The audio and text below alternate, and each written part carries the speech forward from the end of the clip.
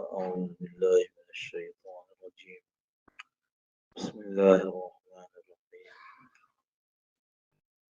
أما من طغى وآثر الحياة الدنيا فإن الجحيم هي المأوى وأما من خاف مقام ربه ونهى النفس عن الهوى فإن الجنة هي المأوى. صدق الله مولانا العظيم وصدق رسوله النبي الكريم ونحن على ذلك لمن الشاهدين والشاكرين والحمد لله رب العالمين. اللهم صل على سيدنا مولانا محمد النبي الأمي وعلى آله وسلم تسليما كثيرا كثيرا. اللهم رب الحج والحرام ورب البيت الحرام ورب الركن والمقام أبلغ لروح سيدنا مولانا محمد بن السلام.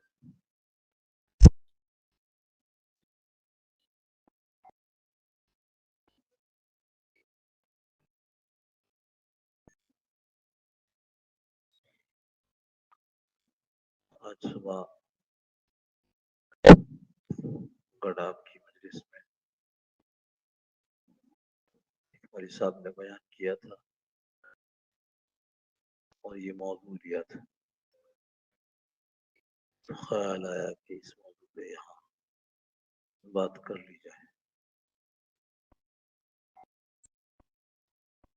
ہم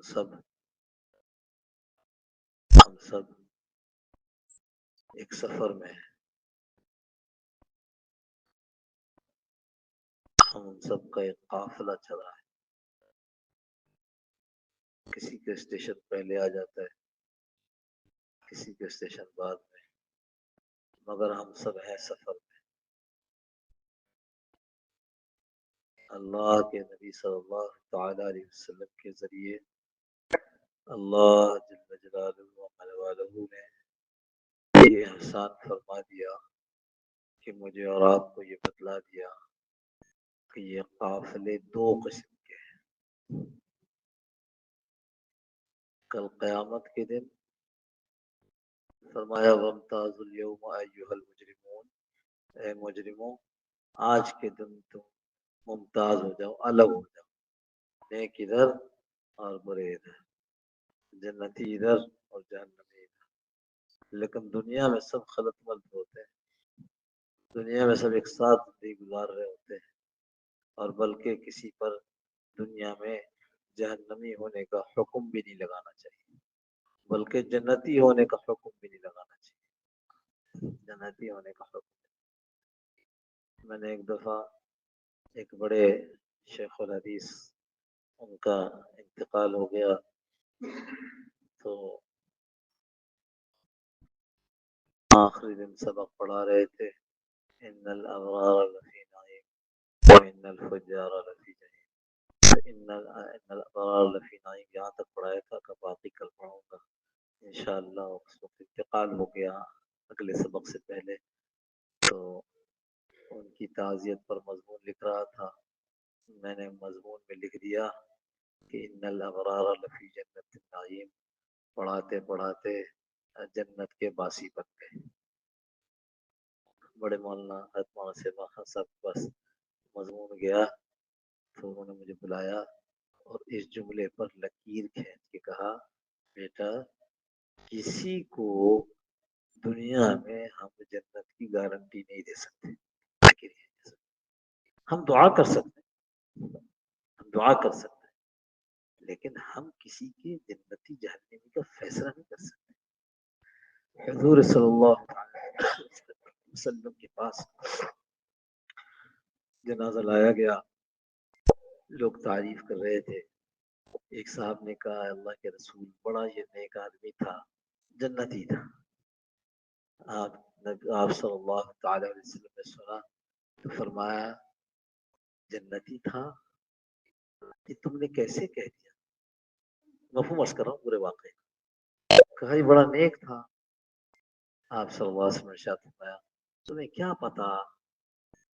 پتا کہ کبھی اس نے کوئی فضول بات کر دی ہو؟ آپ سمجھے؟ ہم تو صبح شام فضول باتیں کرتے ہیں، بڑے مطمئن ہیں جنت کے واسی ہیں. ہم تو بس جنت ہمارا ٹھیکے پہ مل گیا. اس لیے یہ واقعہ اس لیے سنانا پڑا، کسی کو انگلی رکھ کر نہ جہنمی کہہ سکتے ہیں نہ جنتی کہہ سکتے ہیں۔ ہاں اس کے اعمال جنتیوں والے تھے، اے اللہ اس کو جنت نصیب فرما دے، لیکن اس کا فیصلہ وہاں ہونا ہے، ذات نے کرنا ہے۔ جو دل کے اندر ابھی بات پیدا نہیں ہوئی، بولی بھی نہیں ہے، ابھی وہ بات دل کے اندر پیدا نہیں ہوئی ہے، اس ذات نے اس کو آج سے سالوں لاکھوں کروڑوں پتہ نہیں کتنے سال پہلے لوح محفوظ میں لکھ دیا تھا، فیصلہ اس نے کرنا۔ خیر عرض کر رہا تھا کہ دنیا میں تو سب رلے ملے ہیں، تو کیسے پتا چلے یہ کون سا قافلہ ہے، یہ جنت والوں کا قافلہ ہے یا جہنم والوں کا قافلہ ہے؟ میں کس قافلے کا مسافر ہوں؟ میں جس قافلے میں ہوں، لا الہ الا اللہ لا الہ الا اللہ لا الہ الا اللہ، کیا میں واقعی جنت والے قافلے کا مسافر ہوں، یا خدا نخواستہ اس دھوکے میں تو نہیں چل رہا ہوں کہ میں صحیح ٹرین پر بیٹھا ہوں اور جب اسٹیشن آئے گا تو پتہ چلے گا یہ ٹرین تو کہیں اور جا رہی ہے۔ یہ جو آیت تلاوت کی، آیات تلاوت، اما من طغى،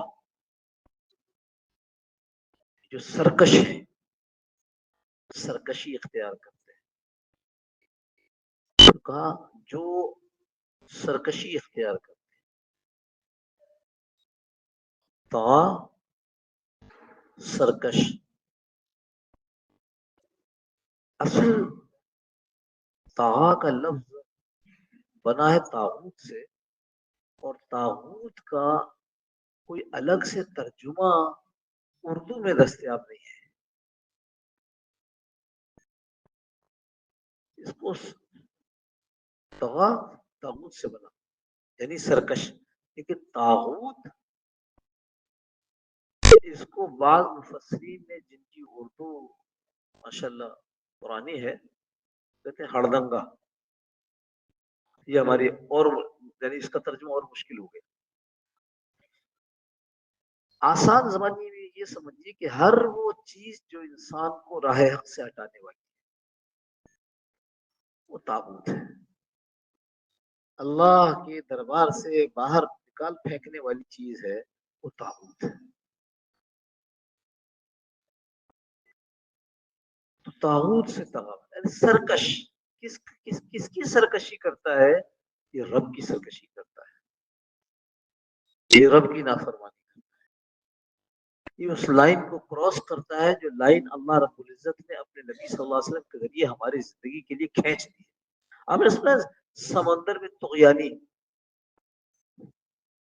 یہ طغیانی طاغوت سے بنا ہے، سمندر سرکش ہوا ہوا ہے،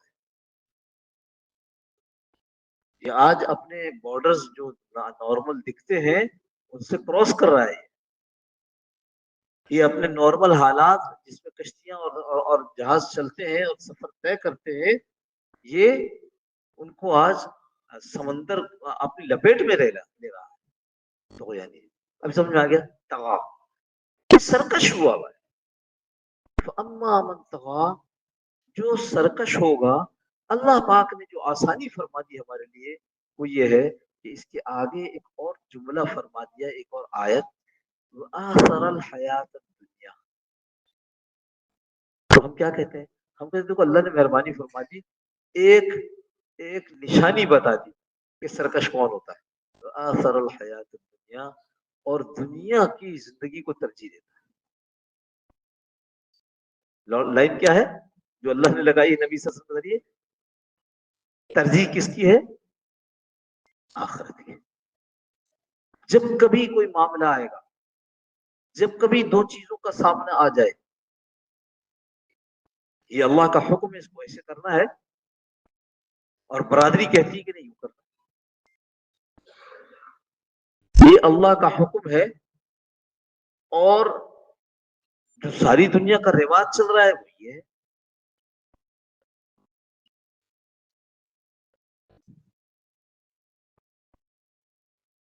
یہ کام کریں گے تو آخرت بنے گی، اور یہ کام کریں گے تو دنیا بنے گی. تو ترجیح کیا ہوئی ہماری؟ ہم پوچھ رہے ہیں ترجیح کیا ہوئی؟ ترجیح ہونی چاہیے آخرت، لیکن سچ ہے کہ زندگی اس طرح گزر رہی ہے کہ ترجیح تو دنیا بنی. ہر چیز میں دیکھیے، ہر چیز. کیا عقائد، عقائد، کیا عبادات، کیا معاشرت، کیا معاملات، کیا اخلاق. عقیدہ کیا ہونا چاہیے؟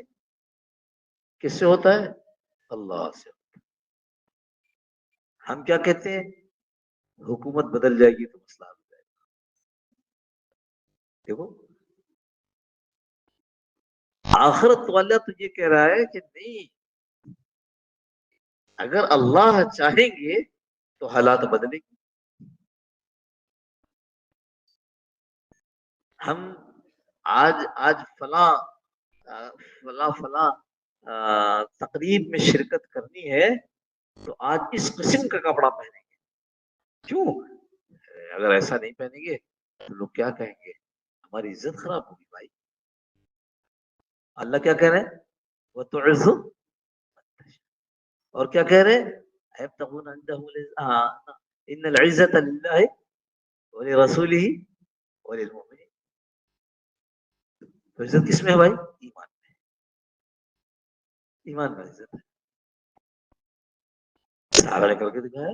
چلے ہیں جی، قیصر کا پہلوان کسرا میدان میں آ گیا ہے، اور وہ کہہ رہے کہ آدمی بھیجا ہے کہ سعد بن ابی وقاص جو مسلمانوں کے لشکر کے امیر ہیں، ان سے کہو کہ ہمارے پاس کوئی آدمی بھیج دے، ہمیں کچھ باتیں پوچھنی ہے.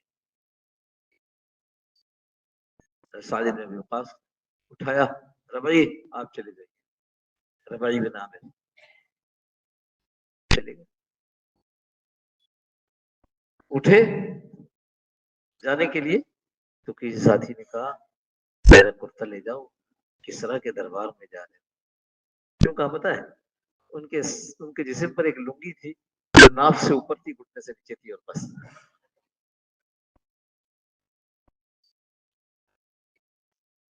اس نے کہا کیا کیا کہتے ہو؟ کہا اس کے دربار، کسرا کے دربار میں جا رہے ہو، میرا کرتا لے جاؤ. کس حلیے میں ہو؟ کہا اللہ نے ہم کو کرتے کی وجہ سے عزت نہیں دی ہے. آج کسرا ہمیں بلا رہا ہے کہ آؤ ہم سے، آج کے زمانے میں آؤ ہم سے مذاکرات کرو، ڈائلاگ کرو. تو جس وجہ سے اللہ نے ہم کو عزت دی ہے ایمان کی وجہ سے، تو الحمدللہ میں ایمان کے ساتھ جا رہا ہوں. اچھا، عجیب بات یہ ہے کہ اس پر مصر نہیں ہے کہ اگر کرتا ہے تو کرتا اتار کے جاؤں گا کہ ایمان کی. نہیں، کرتا ہے تو کیا، اور کرتا نہیں ہے تو کیا. لباس سے میرا معاملہ ہے ہی نہیں. لہذا آگے چلے تو کوڑے کے ایک ڈھیر برابر میں نظر آیا، تو اس پہ چمڑے کے دو بڑے ٹکڑے نظر آئے. یہ دونوں ٹکڑے کجاوا ہوتا ہے نا، وہ جو اونٹ کے اوپر ایسے رکھا جاتا ہے جس کو چادر کی طرح. تو وہ پرانا ہو گیا تھا اور پھٹ گیا تھا، تو کسی نے جس کا تھا اسے پھینک دیا، کام کا نہیں. انہوں نے اتر کے دیکھا اس کو، اور ایک کو سامنے رکھا، ایک کو پیچھے رکھا. اب ببول کے کانٹے لگا لیے، کہنے کا الحمدللہ کرتا بھی تیار ہو گیا.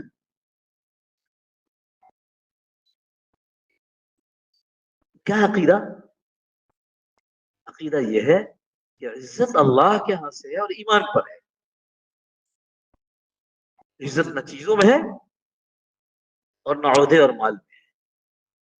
آسمانوں سے آتی ہے، اللہ جس کو چاہتے ہیں. دیکھو کتنا عجیب قرآن کی آیت ہے. تنزع الملک ممن تشاء، وہ نہ اس سے پہلے نہیں، توتی الملک من تشاء وتنزع الملک ممن تشاء وتعز من تشاء وتذل من تشاء. کیسی عجیب بات ہے نا، دونوں کو ایک ساتھ ملا ہے. تنزع الملک ممن تشاء، توتی الملک من تشاء، جس کو چاہے ملک دے دے. وتنزع الملک ممن تشاء، جس چاہے ملک لے لے. وتعز من تشاء، عزت دے دے، ذلت دے دے. یہ تھوڑی کہ ملک دے کر کے ذلت، یعنی ہم ملک دیں تو پھر بھی مرضی ہماری ہے کہ اس کو عزت دیں یا اس کو ذلیل کریں. تنزع الملک ممن تشاء, اور جس سے ہم ملک چھین لے اس پر مرضی ہماری ہے کہ ملک چھین کر اس کو ذلیل کریں یا ملک چھین کر عزت دیں. سمجھ رہے ہو؟ یہ عقیدہ ہے, یہ عبادت نہیں, یہ معاملات نہیں, معاشرت نہیں, یہ کیا ہے؟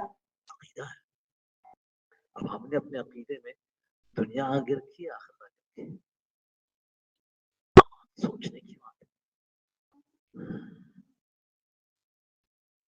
عبادت کس وقت نماز پڑھنی ہے, کس وقت نہیں پڑھنی, کون سی چیز عبادت کے زمرے میں اس کو کرنا ہے, کون سی چیز عبادت کے زمرے میں نہیں آتی اس کو نہیں کرنا. ابھی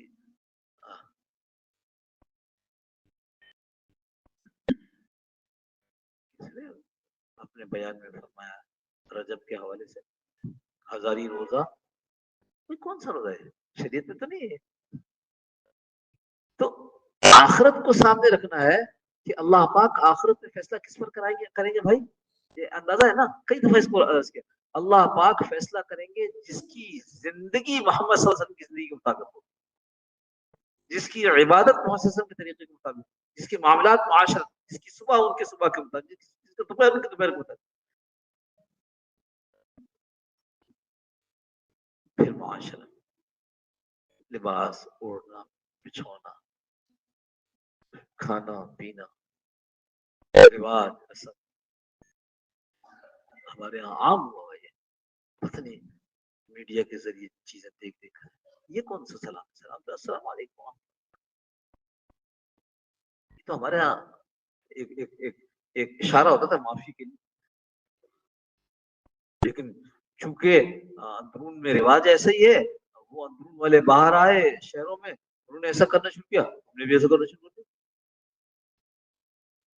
ہماری معاشرت ہی نہیں ہے. دونوں ہاتھوں سے سلام, السلام علیکم ورحمۃ اللہ, دعا ہے نا, اس کو ایسے ہی کرنا چاہیے جیسے اللہ کے نبی نے کیا. پھر معاملات تو اور آگے نکل گئے, ان کا تو پوچھ رہے نہیں. تو وآثر الحیات الدنیا ایک نشانی ہو گئی گویا کہ ہم تغا میں ہیں یا نہیں ہے, ہم طغیانی اور سرکشی میں ہیں یا نہیں ہے. اس کی ایک علامت بتا دیے, وآثر الحیات الدنیا, یہ سرکش آدمی جو ہے نا, اس کی زندگی اس کی آخرت کے اوپر ہوتی ہے. دنیاوی زندگی یہ اخروی زندگی پر یہ ترجیح دے دیتا ہے. تو یہ کون سے قافلے میں سوار ہوا, یہ وہ قافلے میں سوار ہوا, یہ اس ٹرین میں سوار ہوا ہے جو ٹرین سیدھا جہنم میں جائے. اللہ ہم سب کی حفاظت. اور دوسرا قافلہ, تو اما من خاف مقام ربی, ہاں دوسرا قافلہ کون, وہ جو اللہ کے سامنے کھڑے ہونے سے ڈرتے ہیں.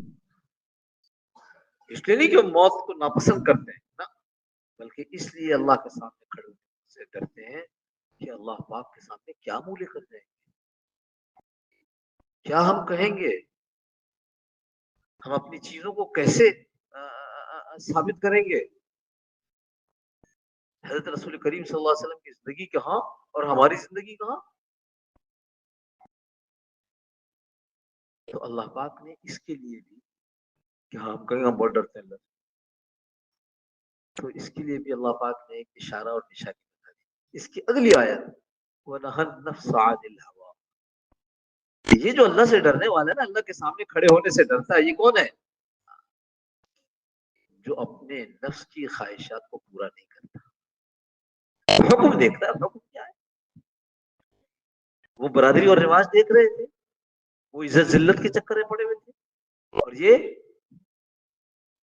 جی چاہی من چاہی, میرا جی کیا چاہ رہا ہے, یہ کیا کرتا ہے, جو میرا جی چاہ رہا ہے وہ میں نہیں کروں گا, میں تو وہ کروں گا جو میرا رب مجھے کہے گا. یہاں حضرت کتنی مرتبہ حضرت نے قصہ سنا کہ وہ صاحب بیٹھے ہوئے کہہ رہے تھے, نہ تو میرا خدا نہ میں تیرا بندہ, میں تیری بات کیوں مانوں. فرماتے ہیں جب وہ اس طرح سے بول رہے تھے تو کچھ لوگوں نے سنا اور آپس میں کہا کہ یہ تو بڑی شرکیہ جملہ کہہ رہے ہیں, کیا کہہ رہے ہیں, کافر ہے کیا. لوگوں نے کہا دیکھ چلو اس کو قاضی کے پاس, پکڑ کر زبردستی قاضی کے پاس لے گئے. قاضی صاحب نے پوچھا کہ تم کیا کہہ رہے تھے؟ کہنے میں یہ کہہ رہا ہوں. تو یہ کیوں کہہ رہے تھے؟ تو حضرت سے یہ بات سنی کہ انہوں نے کہا شکر ہے کہ آپ نے مجھ سے پوچھ لیا، ورنہ ان کی بات پہ تو مجھے پھانسی چڑھا دیتے. شکر ہے آپ نے مجھ سے پوچھ لیا کہ میں کیوں کہہ رہا ہوں کہ میرا نفس مجھے ایک گناہ پر آمادہ کر رہا ہے، اور میں اس نفس کو کہہ رہا ہوں نہ تو میرا خدا نہ میں تیرا بندہ، میں تیری بات کیوں مانوں، میں تو اپنے رب کی بات مانوں. فَأَمَّا مَنْ خَافَ مَقَامَ رَبِّهِ، جو اللہ کے سامنے کھڑا ہونے سے ڈرتا ہے، اس کی زندگی ایسی ہوتی ہے کہ وہ ہر موقع پر یہ دیکھتا ہے جی یہ چاہ رہا ہے تو چاہ کرے، نفس کو خوش نہیں کرنا. مجھے تو کس کو خوش کرنا ہے؟ اللہ، جو میرا خالق ہے، جو میرا مالک ہے، جس کے سامنے پیش ہونا ہے، جو میرا حساب لے گا. ہاں، مجھے تو اس کو خوش کرنا ہے. تو جب مجھے خوش اس کو کرنا ہے تو میں تیری بات مان کر اس کو ناراض کیوں کروں؟ تو یہ بڑا واضح قسم کا اشارہ، واضح قسم کی علامت اللہ نے ہمارے آپ کے لیے بیان کی. پہلے والے قافلے کے لیے کہا تو اما من خافا اما من طغى آثر الحیات الدنیا، اور اس کا اسٹیشن کیا ہے، منزل کیا ہے؟ فإن الجحیم هی المأوى، ان کا ٹھکانہ جہنم. اس ٹرین میں جو بیٹھے ان کے متعلق کیا کہا؟ یہ جہنم میں جانے والے. اور جو اس ٹرین پر بیٹھا، جو اس قافلے میں شریک ہوا، اللہ فرماتے ہیں، اللہ تعالیٰ فرماتے ہیں وَأَمَّا مَنْ خَافَ مَقَامَ رَبِّهِ وَنَهَى النَّفْسَ عَنِ الْهَوَىٰ فَإِنَّ الْجَنَّةَ هِيَ الْمَأْوَىٰ. ان کا ٹھکانہ جنت ہے. وہ جو میرا مہمان خانہ میں نے بنایا ہے، ان کا ٹھکانہ وہ مہمان خانہ ہے. ان کی ساری خواہشیں جو یہاں ٹوٹی ہیں، ان خواہشوں کو میں وہاں پورا کروں. یہ حلال کھانے کے سلسلے میں یہ پوری طرح کما نہ سکے، ان پر غربت تھی، ان پر بھوک تھی. آج ہم ان کو کھلائیں گے، اور ایسا کھلائیں گے جیسے انہوں نے کبھی نہیں کھایا، اور اتنا کھلائیں گے جتنا انہوں نے کبھی نہیں کھایا. دونوں چیزیں. اور ساری زندگی ان کی جھونپڑے میں، ساری زندگی ان کی ایسی جگہ گزر گئی کہ بارش ہو تو چھت ٹپ کے، اور گرمی ہو تو گھر گرم تپش سے آگ بنے. تو آج ہم ان کو جنت کے ایسے محلات میں رکھیں گے کہ جن کو دنیا والوں نے کبھی سوچا بھی نہیں. تو اوپر بالا خانے ہوں گے. اللہ کے نبی جائیں گے کیسے؟ جیسے فرشتے اپنے گھونسلے میں جاتے ہیں. کوئی تمہاری نہیں سنتا تھا، یا تمہارے سننے کے لیے اتنے اتنے ہزار خادم ہیں تمہارے ساتھ. کوئی زندگی میں تم عیاشی اور تم زندگی کے اندر مزے نہیں اڑا سکے، یا تمہارے مزے کا سارا سامان موجود ہے نا. ہر گھر سے وہ نہریں گزریں گی، باہر نہیں جانا پڑے گا، کوئی فارم ہاؤس کی ضرورت نہیں پڑے گی. ہر گھر سے وہ نہریں گزریں گی، دودھ کی، پاکیزہ شراب کی، پانی کی، شہد کی. تو اللہ نے ان لوگوں کے لیے جنہوں نے اپنے نفس کو روکا، جی چاہی پر نہیں چلے، رب چاہی پہ چلے، تو ان کی ساری خواہشات پوری کرنے کے لیے اللہ پاک نے کون سی جگہ رکھ دی؟ تو اس واسطے اہم مضمون تھا.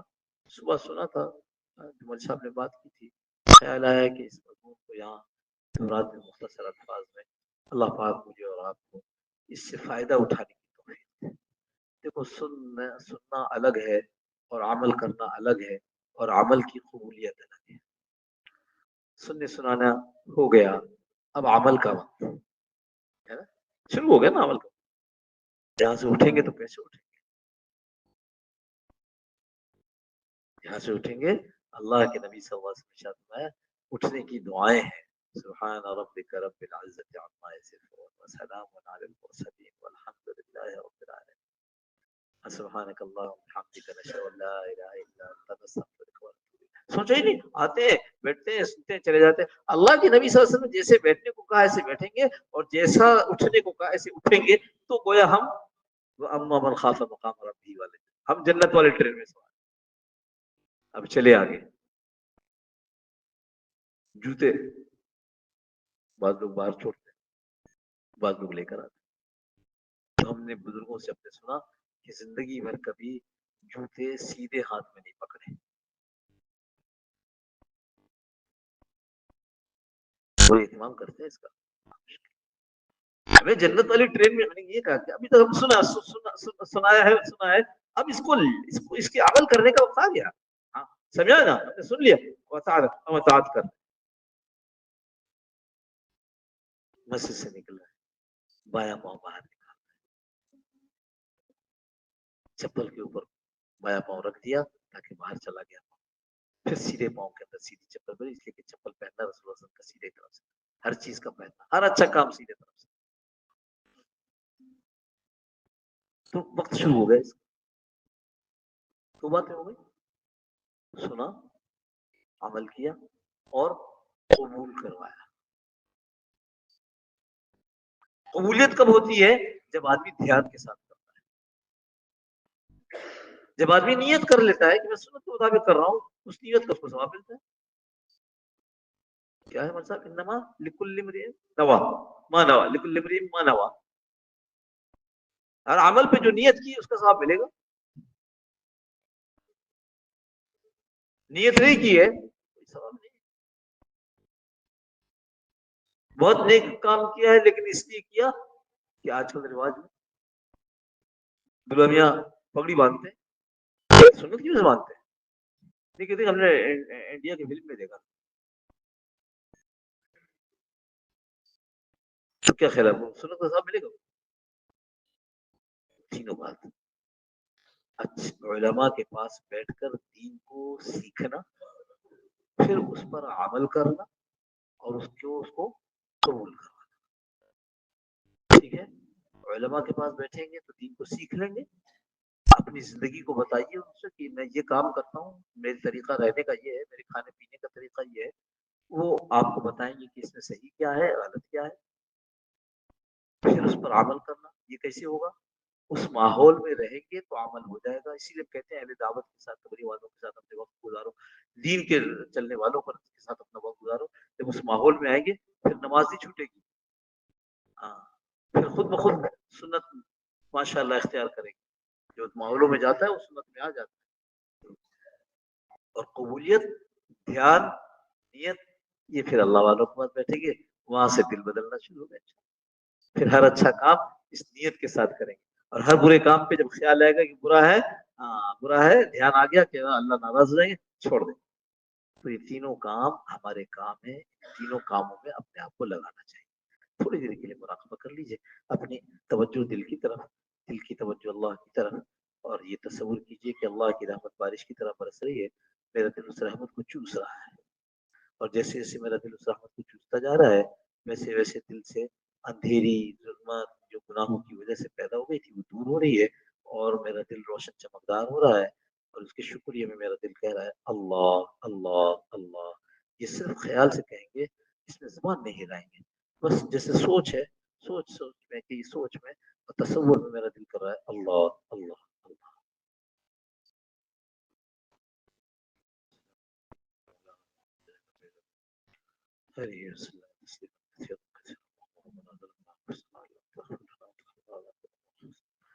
ربنا لا تزغ قلوبنا بعد إذ هديتنا وهب لنا من لدنك رحمة إنك أنت الوهاب. ربنا آتنا في الدنيا حسنة وفي الآخرة حسنة.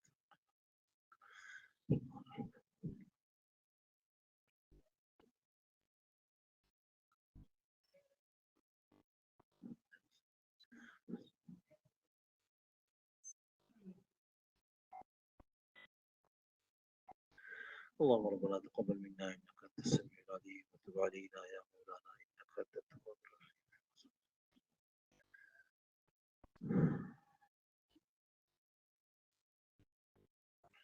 اللهم صل على سيدنا مولانا محمد النبي الأمي وعلى آله وصحبه وسلم برحمتك يا.